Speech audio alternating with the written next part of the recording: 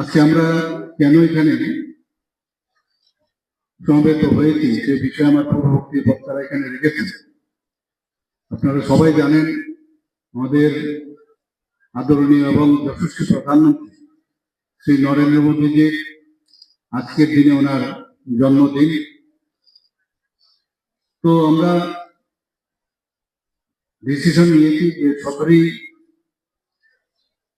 September এবং 2 October পর্যন্ত আমাদের যে সেবা পক্ষকাল সেই আমরা প্রোগ্রাম, বিভিন্ন প্রোগ্রাম আমরা নিয়েছি। সেই প্রোগ্রামেরই একটা অঙ্গ সেটা হচ্ছে ষষ্ঠ উৎসব।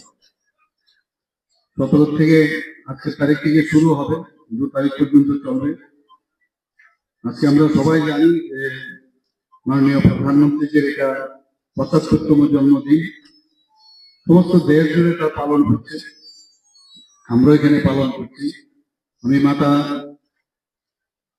ত্রিপুরা সুন্দরীর কাছে আমি প্রার্থনা করব ওনারা এই যেন আরো দীর্ঘজীবী হোক এবং এই দিনটি যেন বারবার আসে, এই প্রার্থনা আমি করব। 2014 সালে একটু আগে আমরা এখানে ভোট ট্রেকিং দিয়েছি, আমরা প্রেজ দিয়েছি যে এই যে স্বচ্ছতাই সেবা আমরা কি কি করবো তার বিষয়ে, এবং সেটা চালু করেছেন মহাত্মা গান্ধীর জন্মদিন উপলক্ষে। 2014-তে মাননীয় প্রধানমন্ত্রী যখন প্রধানমন্ত্রীর দায়িত্ব নেন, সে 2 অক্টোবর থেকে এই স্বচ্ছতা অভিযান শুরু হয়।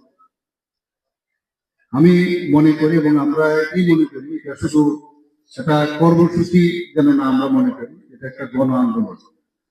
সমস্ত মানুষের মধ্যে আমরা যে জিনিসটা কোনোদিন ভাবিনি, আমরা তো আগে নিজেদের বাড়িঘরের জিনিসপত্র রাস্তায় একটু ফেলে দিতাম।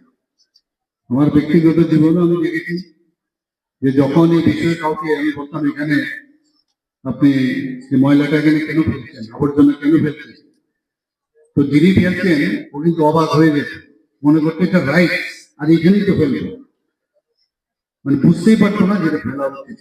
আজকের দিনে এই যে একটা গণ আন্দোলন শুরু হয়েছে, তাতে করে মানুষের মধ্যে যে স্বচ্ছতার বিষয়ে অ্যাওয়ারনেস সেটা কিন্তু চলে এসছে।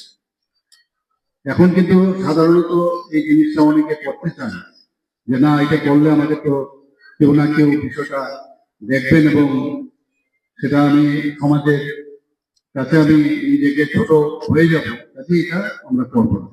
ঠিক জায়গায়, নির্দিষ্ট জায়গায় যাতে আবর্জনাটা ফেলা হয়, তার জন্য আগরতলা মিউনিসিপাল কর্পোরেশন এবং আমাদের মিউনিসিপ্যালিটি এবং নগর পঞ্চায়েতের সবাই কিন্তু সেইভাবে তার নির্দিষ্ট জায়গা ডাস্টবিনে ফেলে রাখা হয়েছে। আসলে আমরা তো ঠিক আছে, স্বচ্ছতা তো আমরা করবোই, রাস্তাঘাট অফিস কাছারি আমরা পরিষ্কার করবোই, কিন্তু নিজের এই পরিষ্কারের মাধ্যমে কিন্তু নিজের ভিতরেও যে অনেক সময় অস্বচ্ছতা থাকে, মনের ভিতর এবং যে অস্বচ্ছতা আছে, সেটাও কিন্তু আমাদের এই স্বচ্ছতা অভিযানের সেটাও আমরা নির্মূল করা প্রয়োজন, এবং ভেরি ইম্পর্টেন্ট। এবং এই পরিবেশের জন্য যখন আপনি একটা হেলদি কন্ডিশনে থাকেন, একটা পরিবেশটা যখন ভালো থাকে, কোথাও আবর্জনা নেই, নেক্সট জেনারেশনের যারা প্রজন্ম তাদের জন্য একটা সুন্দর রাজ্য এবং আমরা দেশ গ্রাম আমরা দিয়ে যাব, তাহলে নিজের মধ্যেও কিন্তু এই অস্বচ্ছতার যে প্রশ্রয় দেওয়া নিজের মধ্যে, সেটার থেকে আমরা দূরে থাকতে হবে। এবং এতে করে আমরা কিন্তু অনেকটা ডিসিপ্লিন, যেটাকে বলি আমরা কিন্তু ডিসিপ্লিন হতে পারি, এবং এটা আমাদের সামাজিক দায়বদ্ধতা। এটা আমাদের বলতে হবে যে এটা আমার কাজ, আমার এটা করতে হবে।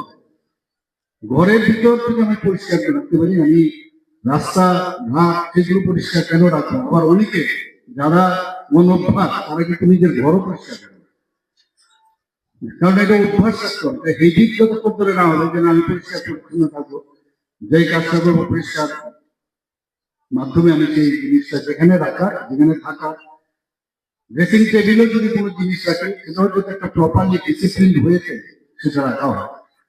টেবিলে বইপত্র আছে, খাতাপত্র আছে, রান্নাঘরেও যদি আপনার জিনিসপত্র রাখতে হয় সেটাও যদি ডিসিপ্লিনের মাধ্যমে প্রপারলি রাখেন, দেখতেও কিন্তু আপনার রান্নাঘরে যিনি রান্না করবেন সেখানে কিন্তু ওনারও ভালো লাগবে না, এভরিথিং ইজ ইন অর্ডার। কাজ করতে পারলাম।